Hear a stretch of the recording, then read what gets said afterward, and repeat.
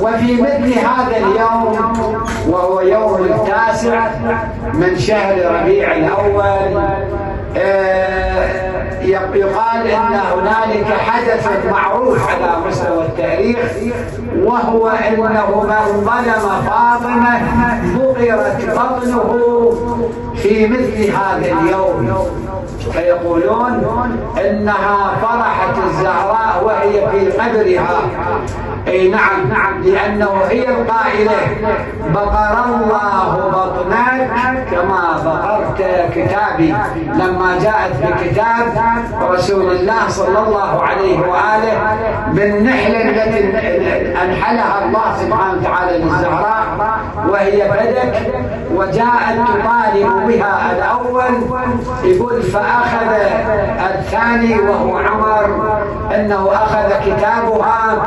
ثم بقره أمام الناس وقال الأمر ليس أمر رسول الله، أما رسول الله فقد مات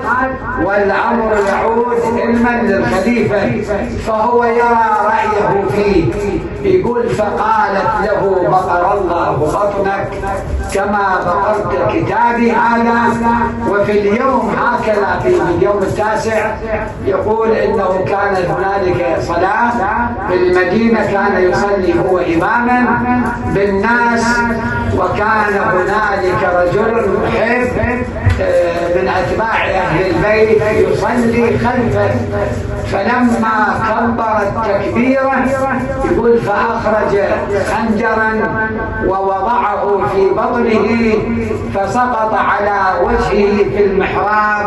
يقول فنادى مناديا والله لقد فرحت الزهراء وإني سمعتها حينما قالت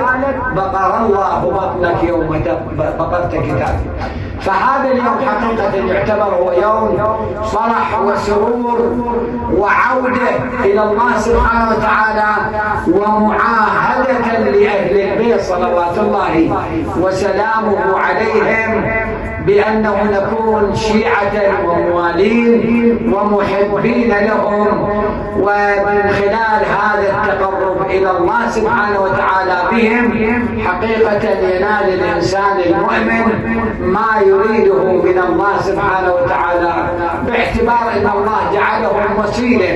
إلى عباده كما عبر في القرآن الكريم يا أيها الذين آمنوا اتقوا الله وابتغوا إليه الوسيلة. وقد روي عن الإمام الباقر سلام الله عليه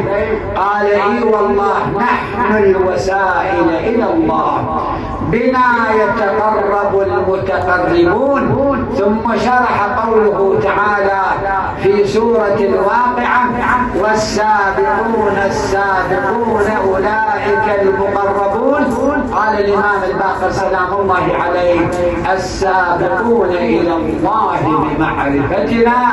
فنحن محال سبحانه وتعالى في هذا اليوم